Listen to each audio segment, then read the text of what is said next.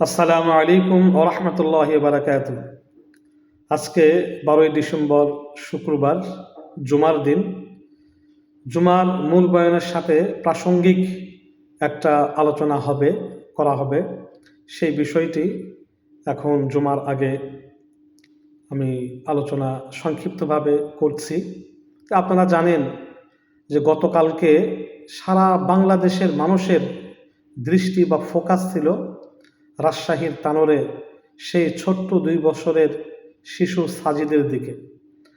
প্রায় 32 ঘন্টা পর, অনেক চেষ্টা প্রচেষ্টা মেহনত করার পর, প্রায় 40 ফিটের মতো গভীর নলকূপের ভিতর থেকে শিশু সাজিদের মরদেহ বা লাশ উদ্ধার করা হয়।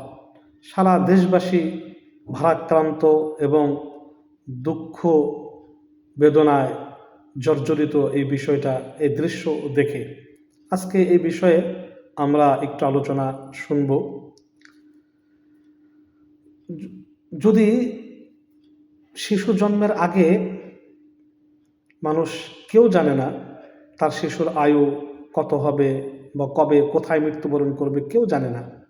যেমনটি হাদিস শরীফে আসছে, ক্বালা নবী সাল্লাল্লাহু আলাইহি ওয়াসাল্লাম, ইন্না আহাদাকুম ইজমাউ খালকুহু ফি বাতনি উম্মিহি 40 ইয়াওমান নুতফা সুম্মা ইয়াকুনু আলাকাতান মিসলা যালিক সুম্মা ইয়াকুনু মুদগাতান মিসলা যালিক সুম্মা ইউরসালা ইলাইহিল মালাক ফায়ুনফাখু ফীহির রূহ ওয়া ইউ'মারু বিআরবা'i কালিমাতিন বিকাতবি রিজকিহি ওয়া আজালিহি ওয়া আমালিহি ওয়া শাকিয়্যুন আও সাঈদ।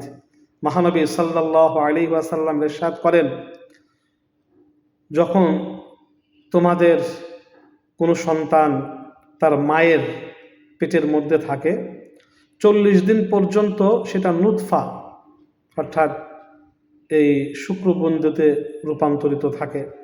এরপরে 40 দিন এই জমাট রক্ততে রূপান্তরিত থাকে। এরপরে এই গোশত পিণ্ডতে হয়, অর্থাৎ 120 দিন পর, অর্থাৎ 4 মাস পরে একজন ফেরেশতা আল্লাহ পাক প্রেরণ করেন। সেই ফেরেশতা সেই বাচ্চার, সে শিশুর ভিতরে রূহ ফুঁকে দেন, রূহ দিয়ে দেন। তখন নাড়াচাড়া শুরু হয়ে যায় পেটের মধ্যে। এবং আল্লাহ পাকের আদেশে 4টি বিষয় নির্দিষ্ট করে দেন: তার রিজিক, তার মৃত্যু কবে কোথায় হবে, তার কর্মকাণ্ড বা আমল, সে কি প্রচেষ্টায় সফল বা বিফল, ইত্যাদি 4টি বিষয় লিপিবদ্ধ করে দেন। বিশেষ করে তার মৃত্যু কবে হবে। তবে কেউ জানে না তার বাচ্চার আয়ু কত হবে। এজন্য আল্লাহ পাক রব্বুল আলামিন কোরআনে কারিমে সূরা তাগাবুনের মধ্যে বলেন, ইন্নামা আমওয়ালুকুম ওয়া আওলাদুকুম ফিতনাহ ওয়াল্লাহু ইনদাহু আজরুন আযীম। নিশ্চয় তোমাদের সন্তান সন্ততি, তোমাদের সম্পদ, এগুলো পরীক্ষা। আল্লাহ তাআলার কাছে এর বিনিময়ে অনেক অনেক প্রতিদান রয়েছে। এটা আল্লাহ পাক পরীক্ষা স্বরূপ দিয়েছে। কে বাচ্চার মৃত্যুতে সবর করে, কে কুফরিমূলক কথাবার্তা বলে ঈমান নষ্ট করে, এগুলো আল্লাহ পাক পরীক্ষা করে থাকেন।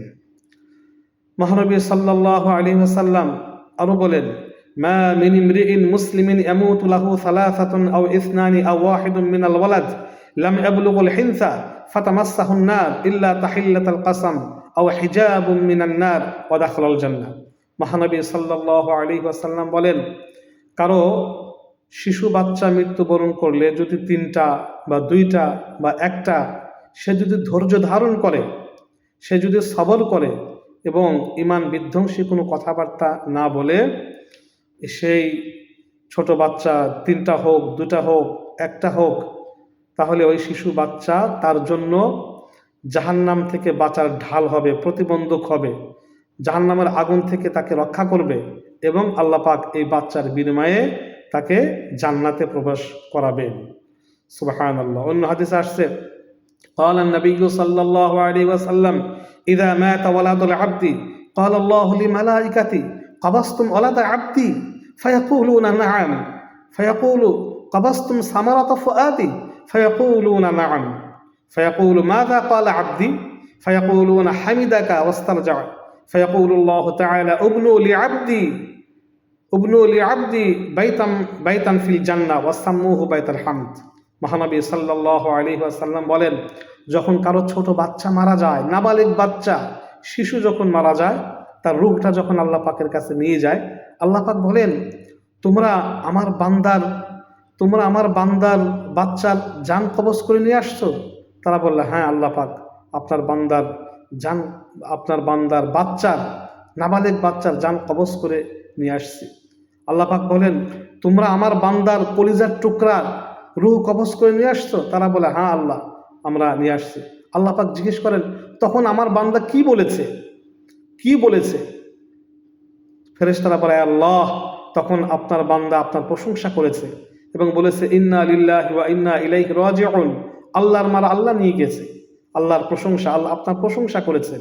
আল্লাহ পাক রব্বুল আলামিন তখন বলেন যে, যাও আমার বান্দার জন্য জান্নাতে একটা প্রাসাদ তৈরি করো, একটা বিশাল বড় ঘর তৈরি করো এবং সে ঘরের নাম লিখে দাও বাইতুল হামদ, অর্থাৎ প্রশংসার ঘর, প্রশংসালয়, এই হিসাবে তোমরা নাম লিখে দাও। সুবহানাল্লাহি ওয়া বিহামদিহি। অতএব ছোট বাচ্চা মারা গেলে সবরকারীদের জন্য আল্লাহর পক্ষ থেকে সুসংবাদ রয়েছে, জান্নাতের সুসংবাদ। এবার আসুন, ইসলামী আইনে যদি কোনো ব্যক্তি কোনো নলকূপ বা গর্ত বোর করে বা খনন করে সেটা ব্যবহার করার পরে বা না করে সেটা বন্ধ না করে এমনিতে রাখে এবং সেখানে কোনো বাচ্চা বা কোনো প্রাণী পড়ে মারা গেলে ওই ব্যক্তি দায়ী থাকবে কিনা, এ সম্পর্কে আমরা দেখি। ইসলামে একটা উসুল হলো যে আযজিমান আলা মান তাসাব্বাব, যে ব্যক্তি অন্যের ক্ষতির কারণ তৈরি করে তার উপরে দায় বর্তায়। তার ইসলামী একটা উসুল আছে, এই কতলে খাতা, অর্থাৎ মালিকের উদ্দেশ্য হত্যা নয় কিন্তু অবহেলার কারণে মৃত্যু সংঘটিত হয়, এরকম মৃত্যুকে এরকম বলে। গর্ত বা খাল খনন করে যদি রাখে, যদি কোনো বাচ্চা বা কোনো প্রাণী পড়ে মারা যায়, মালিকের উদ্দেশ্য হত্যা না কিন্তু ভুলে অবহেলার কারণে মৃত্যু হয়েছে, তাহলে সেটাকে কতলে খাতা বলে। এই কতলে খাতার মানে শাস্তি কি বা দায় কি নেবে? অন্য হাদিসের অন্য উসুলে রয়েছে, ওমান হাফারা বি'রান ফাহুয়া যামিনু লিমা ইয়াকউ ফিহা, যদি কোনো ব্যক্তি কোনো গর্ত বা কোনো কূপ খনন করে বা বোর করে, তাতে কেউ কোনো প্রাণী, চাই মানুষ হোক প্রাণী হোক, যদি মারা যায়, সে ওই ক্ষতির দায় বহন করবে। যদি সেটা ঢেকে না রাখে বা নিরাপদ ব্যবস্থা না নেয়, তাহলে সে মালিক এই দায়িত্ব বহন করবে, সে জিম্মাদারি হবে তার। এই ব্যক্তি কি করবে? কোরআনে কারিমে আল্লাহ পাক সূরা নিসার মধ্যে বলেন, আমান কাতালা মুমিনান খাতাআন ফাতাহরিরু রাকাবাতিন মুমিনা ওয়া দিয়াতুন মুসাল্লামাতুন ইলা আহলি। এই ব্যক্তি তিনটা কাজ। এক নম্বর হলো একটা মুমিন দাস মুক্ত করে দিবে। দুই নম্বর হলো যে সে দিওয়াত দেবে। দিওয়াত কি? দিওয়াত হলো 100টা উটের যে মূল্য, সমমূল্য বা বাজার মূল্য, এই রক্তপণ বা দিওয়াত হিসাবে সেটা মা বাবাকে বা তার আত্মীয় স্বজনকে প্রদান করবে। আর তারপরেও এটা করার পরেও সে 2 মাস রোজা রাখবে কাফারা হিসাবে, আর আল্লাহর কাছে তওবা ইস্তেগফার করবে এই ভুলের কারণে। যাই হোক, একজন দাস মুক্তি করা অথবা এই রক্তপণ আদায় করা, দিওয়াত দেওয়া, এটা ইসলামী আইনে তার শাস্তি।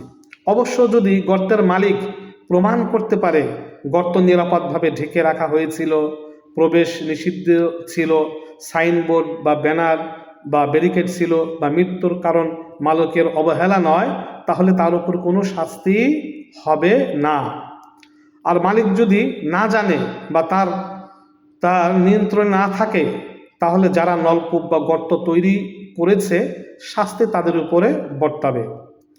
ওই গর্তটি আগের বছর, এই যে রাজশাহীর যে ঘটনা, ওই গর্তটি আগের বছর পানি অনুসন্ধানের জন্য খনন করা হয়েছিল। পানি না পাওয়াতে সেটাকে ওইভাবে পরিত্যক্ত অবস্থায় ওইটার উপরে সামান্য খড়পাতা দিয়ে রাখা হয়েছিল। সুতরাং এটা আসলে পর্যাপ্ত নিরাপদ ব্যবস্থা ছিল না। সেই হিসাবে ইসলামী আইনে মালিকের জিম্মাদারি এই রক্তপণ আদায় করা অথবা দাসমুক্ত করা এবং এর কাফারা হিসাবে রোজা রাখা, আল্লাহর কাছে তওবা ইস্তেগফার করা। যেহেতু আমাদের দেশ ইসলামী রাষ্ট্র নয়, তাই সরকারিভাবে যেটা গ্রহণ করা হবে সেটাই কার্যকর হবে। আল্লাহ পাক শিশু সাজিদের মা বাবাকে সবর করে সেই ফজিলত, 2 বাচ্চা 3 বাচ্চার যে মৃত্যুর পরে আল্লাহ পাক যে ফজিলত দান করেছেন, সেই ফজিলত অর্জন করার তৌফিক দান করুক।